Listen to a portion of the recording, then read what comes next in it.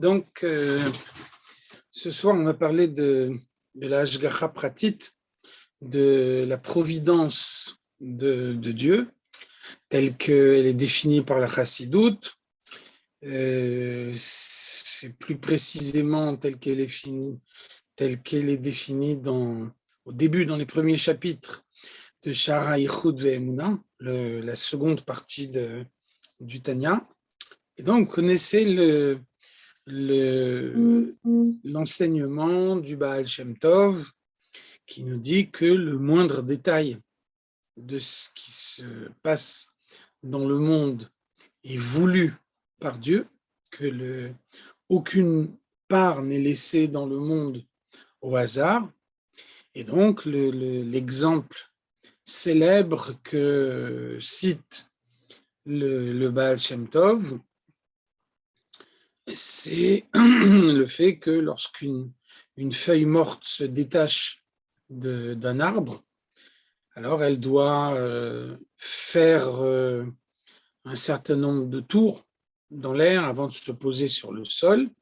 Et donc, nous dit le Baal Shem Tov, on pourrait penser que ce nombre de tours est laissé au hasard et finalement très peu important. Et donc, nous dit le Baal Shem Tov, pendant les 6 jours de la création, il y a eu une pensée spécifique de Dieu pour décider le nombre de tours que cette feuille morte devait faire dans l'air avant de se poser sur le sol. Et le Tanya fait une relation entre cette idée d'Hashgacha Pratit, de providence qui porte sur le moindre détail de la création, et sur le fait que, également selon l'enseignement du Baal Shem Tov, la création n'est pas un événement qui s'est passé à l'instant T, à un instant précis, mais la création est un processus permanent. C'est-à-dire que, nous explique le Baal Shem Tov, il y a un verset des Tehillim qui nous dit « Leolam Hashem dvarcha nitzav bashamayim » En permanence, Dieu, ta parole, se trouve dans les cieux. Qu'est-ce que ça veut dire? Ça veut dire que la nature même d'une parole, c'est de s'envoler. Ça veut dire que pour entendre une parole, il faut être présent à l'instant précis où elle a été prononcée. Si on arrive une seconde après, on ne l'entendra pas. Et donc, Dieu, au moment de la création, a prononcé les 10 paroles de la création, et puis, depuis la création, eh bien, à chaque instant, il prononce à nouveau ces 10 paroles de la création, et de cette façon-là, le monde est créé à chaque instant à nouveau. Et donc, si on pouvait imaginer qu'à un certain instant, Dieu ne reprononce plus les 10 paroles de la création, alors immédiatement, le monde retournerait au néant. Donc, l'existence du monde est finalement une existence conditionnelle. Le monde n'existe pas de façon définitive, puisque le monde dépend du fait que Dieu reprononce les paroles de la création à chaque instant. Alors, vous voyez bien la relation qu'il y a entre les deux notions. À partir du moment où Dieu recrée le monde à chaque seconde, le hasard est impossible dans le monde.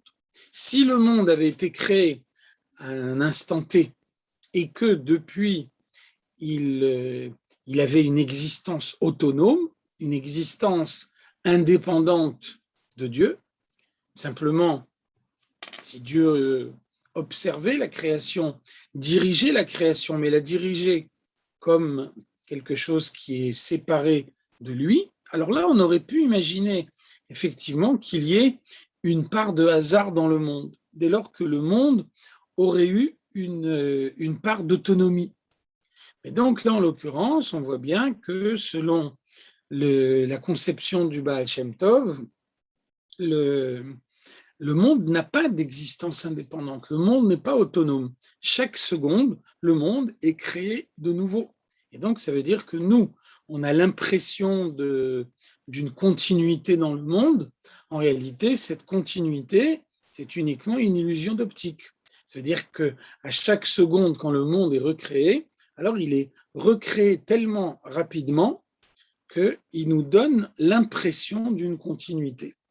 Comme en plus, il est recréé à chaque fois dans l'état où il était à l'instant précédent, donc il y a vraiment une illusion d'optique de continuité dans le monde, mais c'est uniquement une illusion. En réalité, à chaque instant, le monde est un monde nouveau.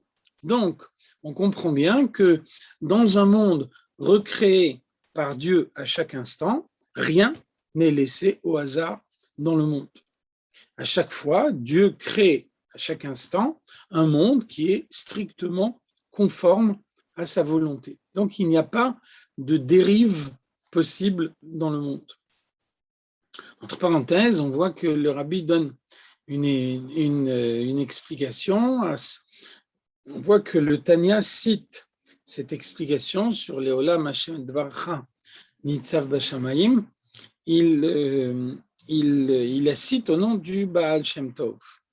Donc le rabbi nous dit, on trouve déjà cette explication dans un livre de Rabbi Sadia Gaon, qui a vécu 8 ou 9 siècles avant le Baal Shem Tov. Donc il a écrit un livre qui s'appelle les Munot Vedeot, dans lequel on trouve également cette même idée de la création permanente.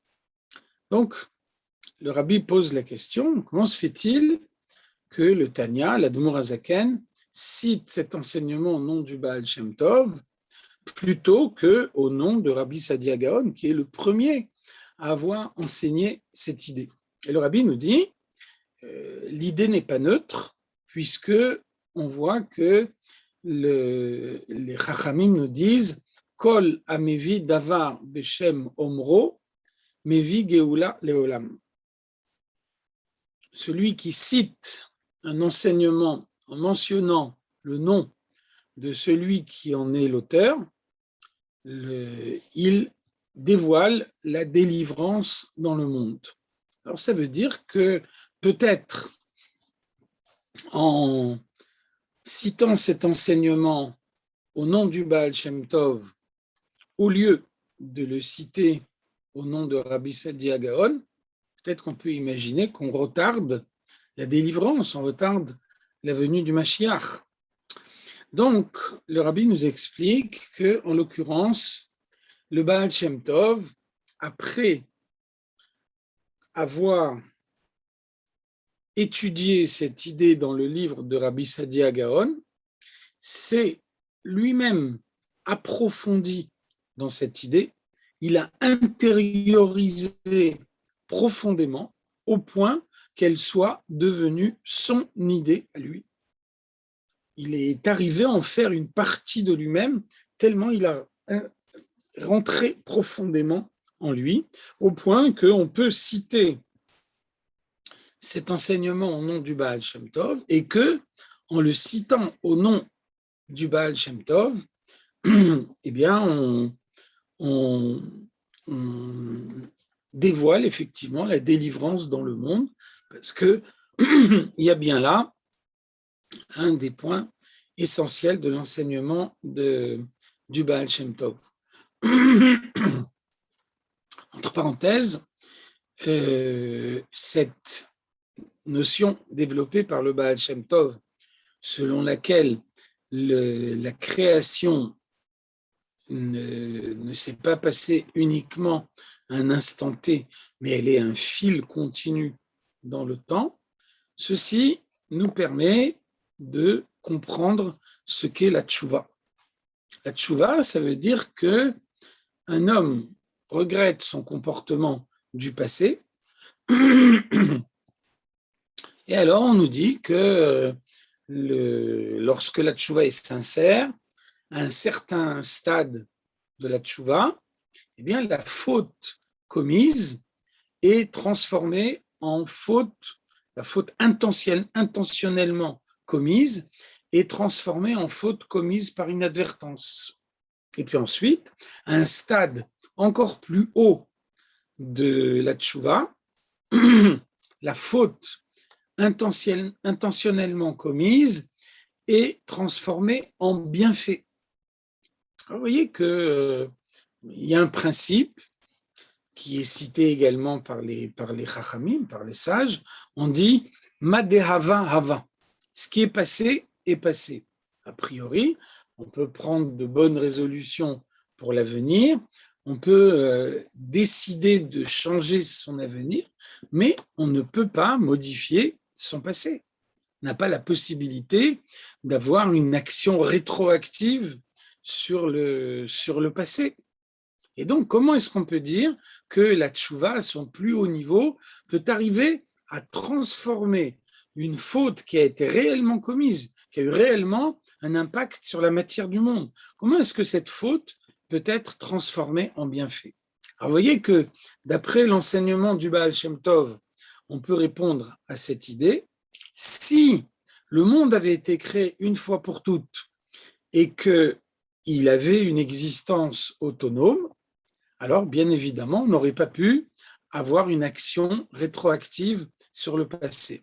En revanche, si on admet qu'à chaque instant, le monde est recréé de nouveau, alors on peut imaginer qu'à un instant T, un homme fait tchouva sur son passé, et de ce fait, à l'instant T plus 1, Dieu crée un monde dans lequel la trace de sa faute a disparu. Donc nous, on ne le voit pas. Pour nous, à nos yeux, l'illusion d'optique continue, et donc on a réellement l'impression qu'il y a continuité dans le monde, mais il n'empêche que grâce à la tchouva de cet homme, c'est bien un monde nouveau qui a été créé dans lequel la trace de sa faute a complètement disparu. Donc, en tout cas, retenons l'idée que le monde est recréé à chaque instant et du fait qu'il est recréé à chaque instant, eh bien, le moindre détail de ce qui se passe dans le monde est voulu par Dieu, et donc aucune place n'est laissée au hasard dans la création. Vous voyez que quand on donne cette définition, il y a immédiatement une question qui vient à l'esprit. A priori, chaque croyant, quiconque a foi en Dieu, est convaincu qu'il n'y a pas de hasard dans le monde, que le moindre détail de ce qui se passe dans le monde est voulu par Dieu. Donc le Baal Shem Tov, il a existé au XVIIIe siècle. Est-ce que ça veut dire qu'avant ça, des juifs religieux pouvaient croire que le hasard existait dans le monde? Alors, pour répondre à cette question, historiquement, quand on parle des sages du peuple juif qui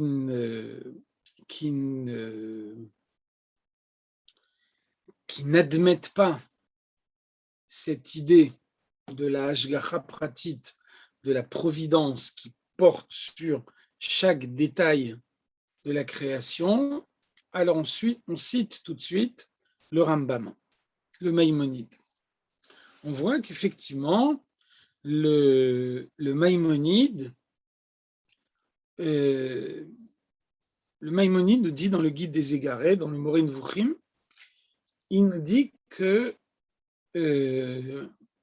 l'ashgacha pratit, le fait que chaque détail soit voulu par Dieu est uniquement pour les hommes. Le Rambam nous dit que le monde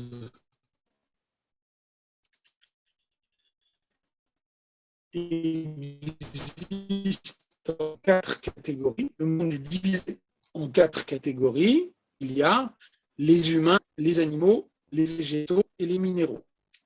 Et donc, nous dit le Rambam, la Hashgacha est décroissante au fur et à mesure qu'on descend dans ces catégories. Ça veut dire que pour le genre humain, la Hashgacha pratit est absolue, donc c'est Dieu qui décide le moindre détail de tout ce qui se passe pour les hommes. Pour les animaux, alors c'est un peu moins, la providence de Dieu va être plus générale. Pour les végétaux, ça va être encore plus général, et pour les minéraux, ça va être encore plus général que pour les végétaux. Par exemple, nous dit le Rambam, on peut imaginer que le Bedin Shel Ma'ala, le tribunal céleste, va décider que aujourd'hui un oiseau va manger un poisson. Donc, nous dit le Rambam, il n'est pas nécessaire que le Bedin Shel Ma'ala décide, c'est précisément tel oiseau qui va manger précisément tel poisson. La providence de Dieu a fixé qu'aujourd'hui, il y aura un oiseau qui va manger un poisson. Maintenant, est-ce que l'oiseau qui va manger le poisson, est-ce que ça sera tel oiseau ou tel autre? Peu importe. C'est le premier oiseau qui verra un poisson sortir de l'eau. Est-ce que c'est tel poisson ou tel autre poisson qui va être mangé? Peu importe. La Hashgacha pratit de Dieu ne rentre pas dans ce détail-là. Et donc, c'est le premier poisson qui sortira de l'eau qui sera mangé. Donc, ça peut être l'un ou ça peut être l'autre. La providence de Dieu ne rentre pas dans tous les détails de fixer quel poisson va être mangé par quel oiseau. Donc, en apparence, on peut avoir l'impression de quelque chose qui va à l'encontre de la conception du Baal Shem Tov. Alors, le Rabbi nous donne une règle de lecture du Rambam très importante qui permet de lire le Rambam d'une manière complètement différente.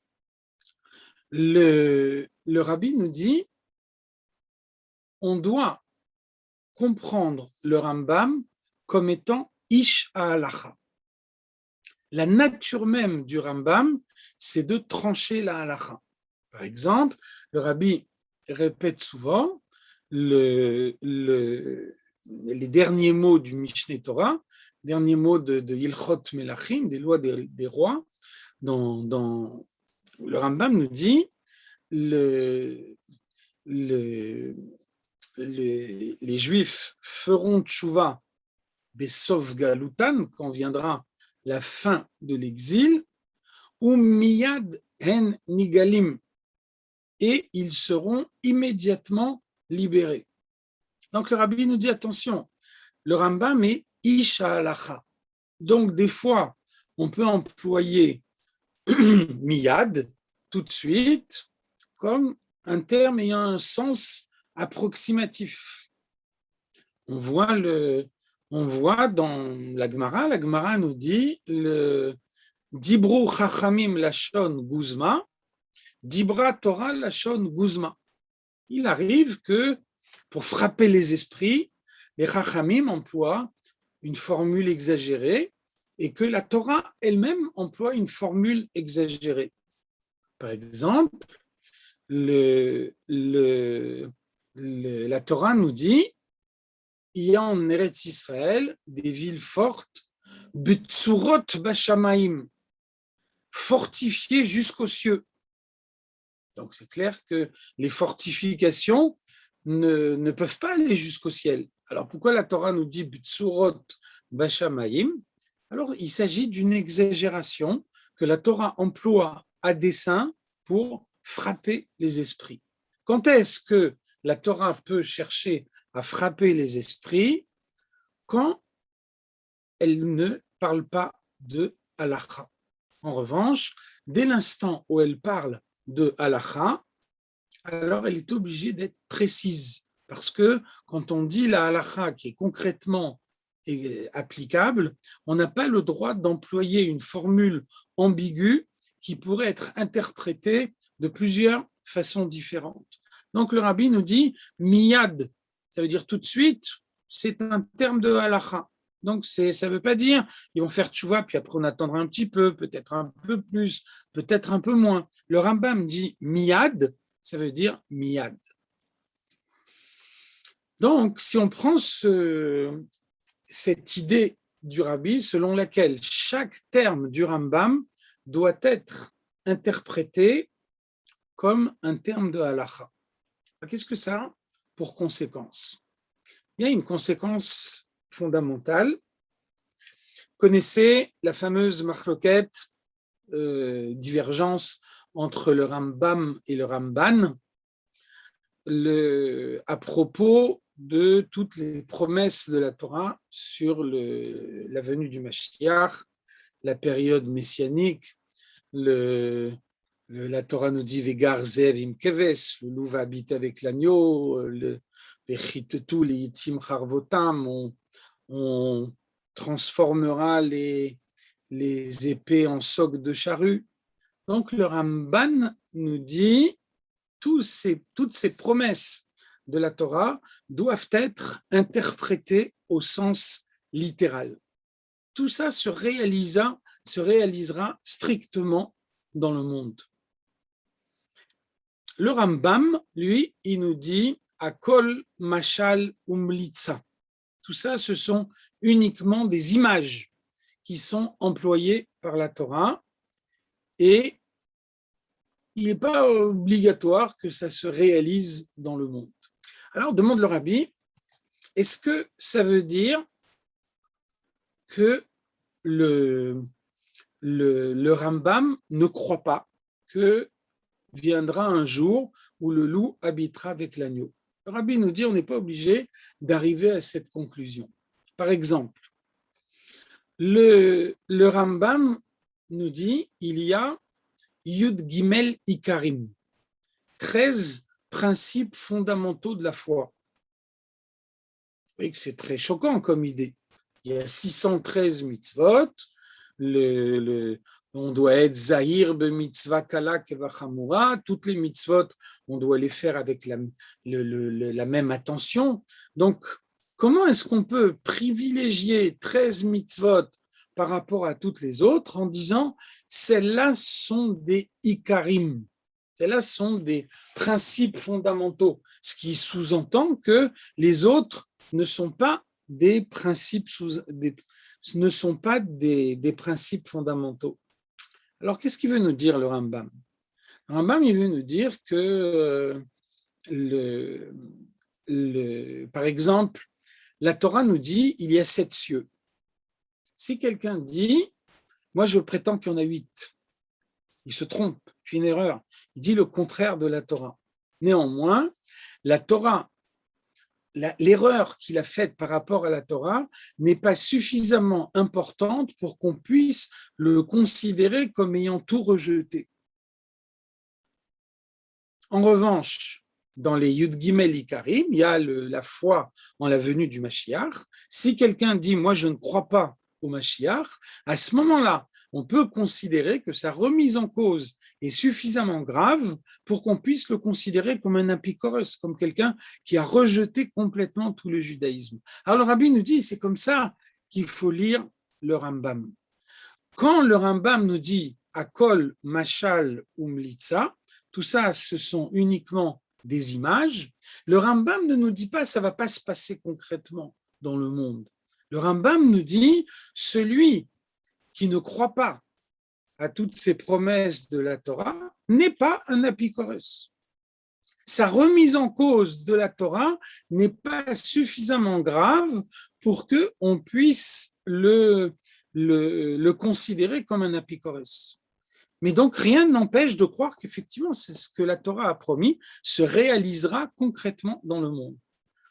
Toutefois, du point de vue de la halacha, quelqu'un qui dit « moi, je ne crois pas au fait qu'un loup peut coexister avec un agneau », est quelqu'un qui ne peut pas être considéré comme un apikoros. Donc, c'est la même lecture qu'il faut avoir pour la définition que donne le Rambam de la Hashgacha Pratit.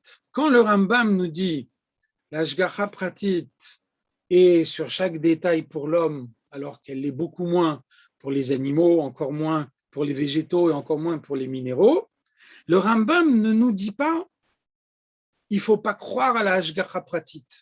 Le Rambam nous dit quelqu'un qui ne croit pas à la Hashgacha Pratit pour les animaux, les minéraux et les végétaux ne commet pas une erreur suffisamment grave pour pouvoir être considéré comme un apikoros.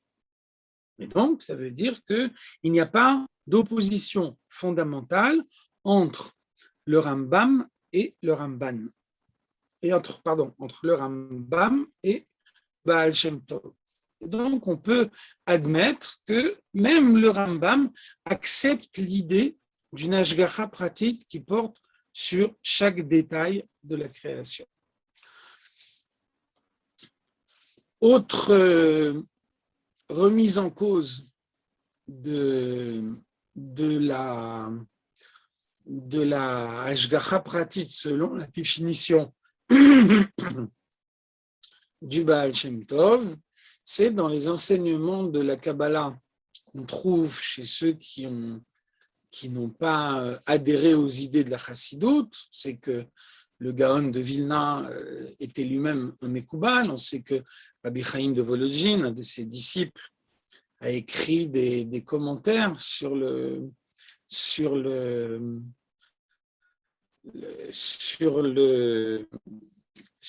la Kabbalah. Alors on voit que par exemple le Rabbi Chaim de Volodjine nous dit on voit une halakha selon laquelle celui qui est aux toilettes ne doit pas penser à des divrei Torah. Et donc il nous dit finalement la vie d'un homme, c'est son étude de la Torah. Si un homme se trouve dans un endroit où la Torah lui interdit d'étudier la Torah, alors on ne peut pas imaginer que la providence de Dieu s'exerce même dans un endroit pareil.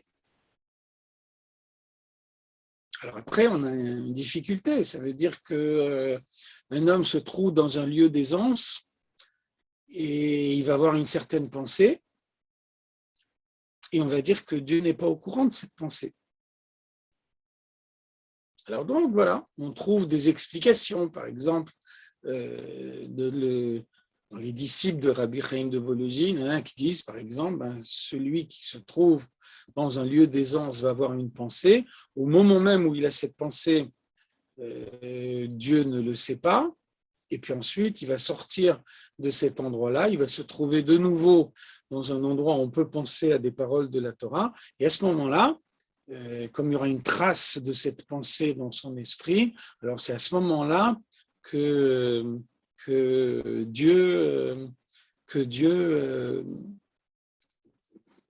connaîtra cette pensée qu'il a eue à ce moment-là. Donc, qu'est-ce que ça veut dire? Ça veut dire qu'effectivement, la remise en cause de la divine providence selon la définition du Baal Shem Tov est finalement, on pourrait dire, une démarche pieuse, un moyen de dire il y a des endroits du monde qui sont tellement bas qu'on ne peut pas imaginer que Dieu se révèle pleinement dans des endroits aussi bas que ça. Et donc finalement, quand on réfléchit à cette façon d'exprimer les choses, eh bien, on s'aperçoit que finalement c'est une réduction de Dieu, parce que Dieu est infiniment grand, et donc par rapport à Dieu qui est infiniment grand, la différence qu'il peut y avoir entre un lieu d'aisance et une synagogue est une différence extrêmement réduite. On voit que des fois, ce sentiment de piété peut avoir des conséquences négatives. Justement, si on regarde ce que le Rambam nous dit, on voit le début de Ilchot Avodah Zarah. On voit le début des lois de l'idolâtrie dans le Mishneh Torah, et que finalement,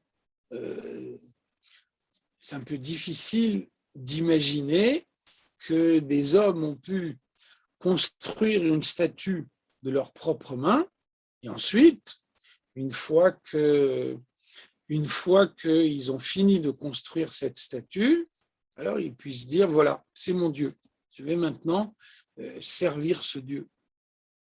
Même si la Gemara nous dit que le Yetzer Hara de la Avodah Zarah a été tué, que l'attirance vers l'idolâtrie n'existe plus de nos jours comme elle existait à l'époque, bon, on peut quand même comprendre, on peut imaginer que malgré tout, les hommes dans l'Antiquité n'étaient pas complètement stupides. Donc, arriver à fabriquer une statue de ses propres mains et puis ensuite considérer cette statue comme un dieu, c'est quand même difficile.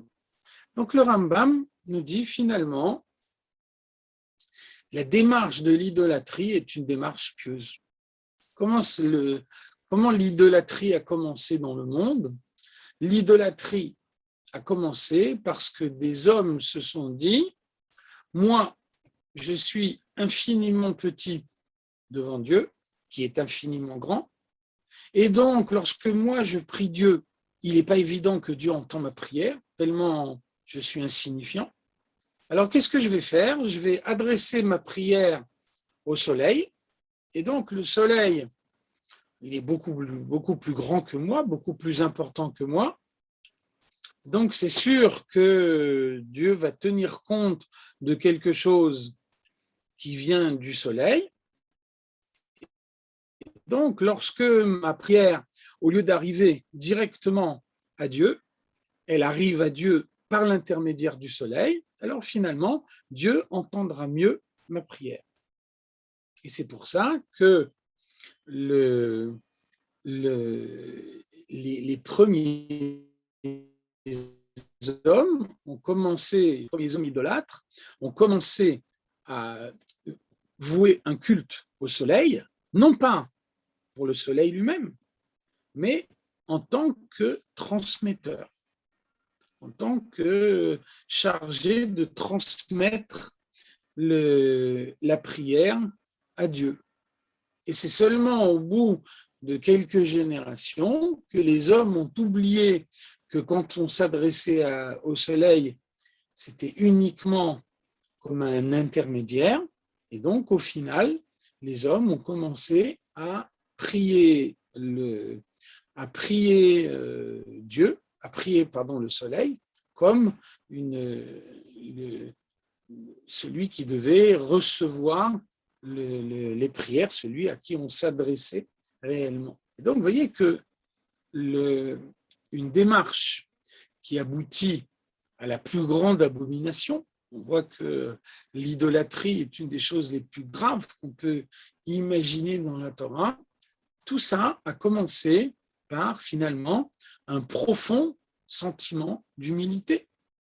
J'ai la conscience d'être très petit devant Dieu et donc je préfère que ma prière soit véhiculée par quelqu'un qui est beaucoup plus grand que moi et que c'est vraiment l'expression d'une humilité totale. Alors quelle est la faille du raisonnement? puisque ça émane d'un sentiment d'humilité profond. Quelle est la faille de ce raisonnement? Alors, la faille, elle est bien claire, c'est que par rapport à Dieu, l'homme et le soleil sont strictement identiques. Par rapport à Dieu, par rapport à la grandeur de Dieu, il n'y a aucune différence entre la petitesse d'un homme et l'immensité à nos yeux du soleil. Par rapport à Dieu, le soleil et l'homme sont l'un et l'autre totalement négligeables. Donc, c'est uniquement la bonté de Dieu qui fait que lorsqu'un homme s'adresse à lui en prière, Dieu l'écoute et Dieu peut aussi l'exaucer. Donc, finalement, la conception de la Hashgacha Pratit telle qu'elle a été développée par le Baal Shem Tov, c'est finalement la conscience de la petitesse de l'homme, de la grandeur de Dieu. Et donc la grandeur de Dieu se manifeste précisément dans la petitesse de l'homme. La Gemara nous dit Bemakom she'atamotse gdulato, sham atamotse anavatnuto. Là où tu trouves la grandeur de Dieu, c'est là où tu trouves toute sa capacité de se faire petit. On voit qu'un grand chacham, quelqu'un qui comprend les choses profondément, c'est précisément celui qui est capable d'expliquer une idée dans des termes simples, finalement, de la mettre à la portée de tout le monde. Alors qu'un petit chacham aura beaucoup plus de mal à synthétiser ses idées et arriver à les exprimer d'une façon claire qui pourrait être comprise par tout le monde. Donc finalement, la grandeur de Dieu s'exprime jusque dans les détails les plus insignifiants. Donc en conclusion, et c'est une idée extrêmement importante, croire à la Hashgacha Pratit selon la définition du Baal Shem Tov, et vous voyez bien que de nos jours, cette définition du Baal Shem Tov est devenue réellement l'héritage de tout le peuple juif. Il n'y a plus personne maintenant parmi les sages du peuple juif qui pourrait dire le hasard existe dans le monde, il y a une part de hasard qui est conservée dans le monde. Plus personne ne pourrait dire une chose pareille. Tous s'accordent, quelles que soient les obédiences, tous s'accordent pour reconnaître que la Hashgacha Pratit de Dieu, la providence de Dieu dans le monde est totale, qu'elle porte vraiment sur chaque détail, sur le moindre détail de ce qui se passe dans le monde. Et donc finalement, cette manière de définir la Hashgacha Pratit, non seulement elle n'est pas une réduction de la grandeur de Dieu, mais bien au contraire, c'est un moyen de montrer toute la grandeur de Dieu qui est capable de rentrer jusque dans le moindre détail de la création. Ça permet de réévaluer chaque événement, même un événement qui paraît en apparence négligeable, totalement accessoire, si on se dit que cet événement a fait l'objet d'une pensée de Dieu pendant les 6 jours de la création, alors ça permet d'observer le monde d'une manière différente, de voir le doigt de Dieu dans tout ce qui se passe dans le monde. Donc cette prise de conscience doit modifier l'existence de chacun, permet de voir plus clairement la présence de Dieu dans la vie de chacun, grâce à cet enseignement du Baal Shem Tov qui est devenu l'héritage de tout le peuple juif. Voilà quelques idées sur la Hashgacha Pratit. Si vous avez des questions, j'essaierai d'y répondre avec plaisir. Merci beaucoup, Rav Meilou, pour ce cours toujours très intéressant. Alors, il y a juste 2 petites questions. On m'a écrit en privé. Alors, la première, c'est, j'espère que vous m'entendez bien. Vous avez dit la Hashgacha Pratit, donc c'est en fait, chaque chose, ça a une incidence divine. Chaque petite chose qui se passe dans ce monde. Du coup, comment intervient le libre arbitre de l'homme, au final? Parce que tout, chaque chose dépend de Dieu. Alors, Alors, qu'est-ce que ça veut dire le libre arbitre? Le libre arbitre, ça veut dire que quand un homme prend une décision, alors il ne subit aucune pression de la part de Dieu. Ça veut dire que Dieu sait à l'avance quelle est la décision qui va être prise par l'homme. Si le fait que Dieu sache à l'avance ce qui va se passer avait une influence sur cette décision, alors à ce moment-là, le libre arbitre serait remis en cause. En revanche, le fait que Dieu sait à l'avance ce qui va se passer, ceci n'exerce aucune pression sur l'homme qui doit prendre sa décision. Donc, la connaissance de Dieu, le fait que Dieu met en conformité chaque détail de ce qui se passe dans le monde à sa volonté, ceci n'a aucune incidence sur le libre arbitre de l'homme. Un exemple du rabbi qui permet de bien comprendre cette idée-là. Imaginez une route qui aboutit à un ravin et une voiture qui roule à 130 à l'heure sur cette route, une voiture qui roule à 130 à l'heure sur cette route. Donc, jusqu'à une certaine distance, elle peut encore freiner, et il arrive un moment où c'est trop tard, où elle ne peut plus freiner. Donc, le conducteur de la voiture a une décision à prendre. Est-ce que je dois freiner ou est-ce que je ne dois pas freiner? Imaginez maintenant qu'il y a au-dessus de cette route un hélicoptère. Et donc, l'homme qui est dans l'hélicoptère a une visibilité beaucoup plus grande que celle du conducteur de la voiture. Et donc, lui, il sait beaucoup mieux que le conducteur de la voiture jusqu'à quand il peut freiner et à partir de quand c'est trop tard pour le faire. Est-ce qu'on va dire le fait que l'homme qui se trouve dans l'hélicoptère a une visibilité meilleure que le conducteur de la voiture, ceci influe la décision du conducteur de la voiture de freiner ou de ne pas freiner. Vous voyez que ce n'est pas le cas du tout. Au moment où le conducteur décide de freiner ou de ne pas freiner, il ne subit aucune influence, c'est bien lui qui prend la décision. Donc, les Chachamim nous disent Akol bidei shamaim, chutz meirat shamaim. Tout est dans les mains de Dieu, sauf la crainte de Dieu. Qu'est-ce que ça veut dire? Ça veut dire que Dieu sait quelle décision je vais prendre demain. Et donc, Dieu peut mettre le monde d'aujourd'hui en conformité avec ma décision de demain.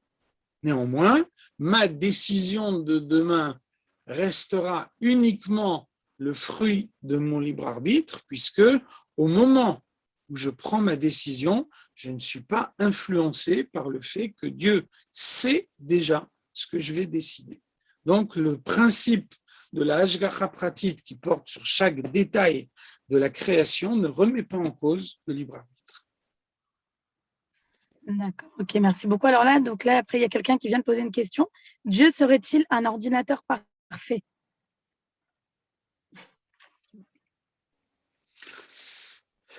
Alors, je crois que l'image est un peu réductrice. Un ordinateur, c'est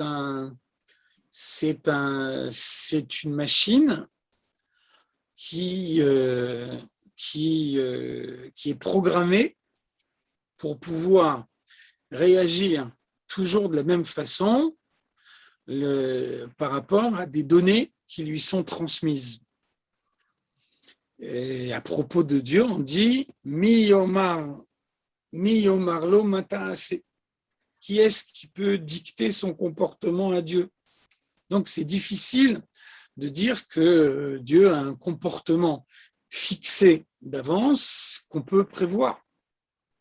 Dieu est Kol Yachol, Dieu n'est pas limité et donc il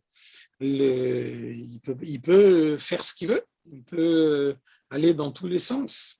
On voit que néanmoins, le rabbi a utilisé cette image de l'ordinateur. On voit qu'il y avait une fois un kinus à shluchim, donc des shluchim du rabbi du monde entier qui venaient, des milliers de personnes qui, en arrivant chez le rabbi, ont tous transmis des comptes rendus de l'activité de leur activité de l'année écoulée. Et donc, le rabbi a répondu, j'ai bien reçu tous ces comptes rendus. Alors qu'au moment où le rabbi a donné cette réponse, il était bien évident qu'il n'avait pas le temps matériel d'avoir consulté tous ces comptes rendus. Donc, le rabbi a dit, eh bien, si on se demande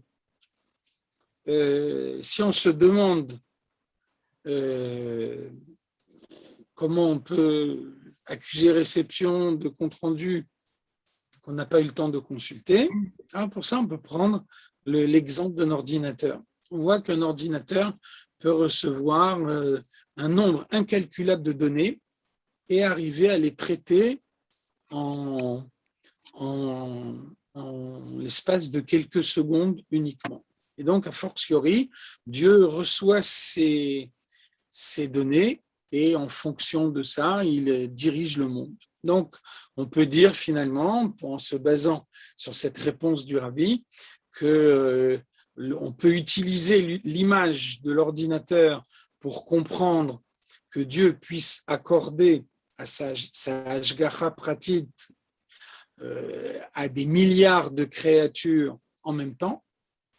En revanche, l'image de l'ordinateur pour illustrer la façon dont Dieu dirige le monde est sans doute une image réductrice.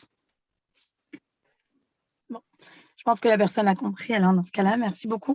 Il y avait juste une dernière question. Vous avez dit tout à l'heure que le Rambam, il a finalement dit que quelqu'un qui ne croirait pas en la venue de Mashiach ne serait pas apikoros. Dans ce cas-là, comment comprendre tout le travail du rabbi qui a été toute sa vie, qui a été son... Non. J'ai dit exactement le contraire. J'ai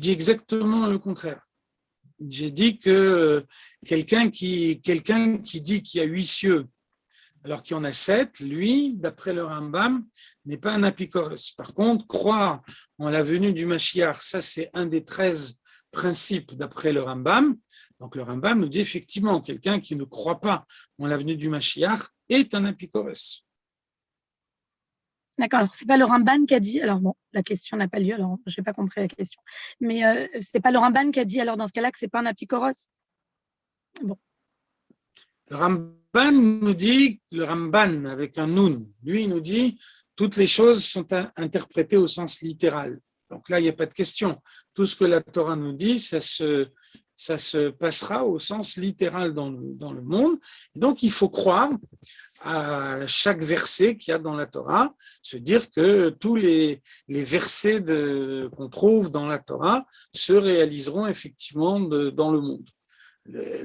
Ça, c'est le Ramban. Donc, voilà, le Ramban nous dit la même chose que le Baal Shem Tov. Ensuite, le Rambam, avec un mème à la fin, selon l'interprétation du Rabbi, ne remet pas en cause l'interprétation du Baal Shem Tov, néanmoins, lui nous dit que d'un point de vue strictement halachique, celui qui dirait ne pas croire au fait que le loup va habiter avec l'agneau, par exemple, n'est pas un apikoros. Donc, ce n'est pas quelqu'un qui remet en cause la venue du Mashiach. Bien, le Rambam nous dit la venue du Mashiach, c'est un des 13 principes. Donc, on parle de quelqu'un qui croit à la venue du Mashiach, mais qui dit, une fois que le Mashiach sera venu, alors moi, je ne crois pas que le loup pourra cohabiter avec l'agneau. Donc, le Rambam nous dit, quelqu'un qui dit ça se trompe, mais n'est pas un apikoros. Ah oui, d'accord. D'accord, bon, écoutez, ok, merci beaucoup. A priori, il n'y a pas d'autres questions, donc je pense qu'on va terminer là. En tout cas, merci beaucoup pour tous ces cours. Je vous souhaite très bonnes vacances à tout le monde. Bonnes Et bien, vacances à tous. on essaiera de reprendre à la rentrée, voilà. En attendant, merci beaucoup de nous avoir éclairé une bonne partie du Tania cette année. Voilà. Avec plaisir.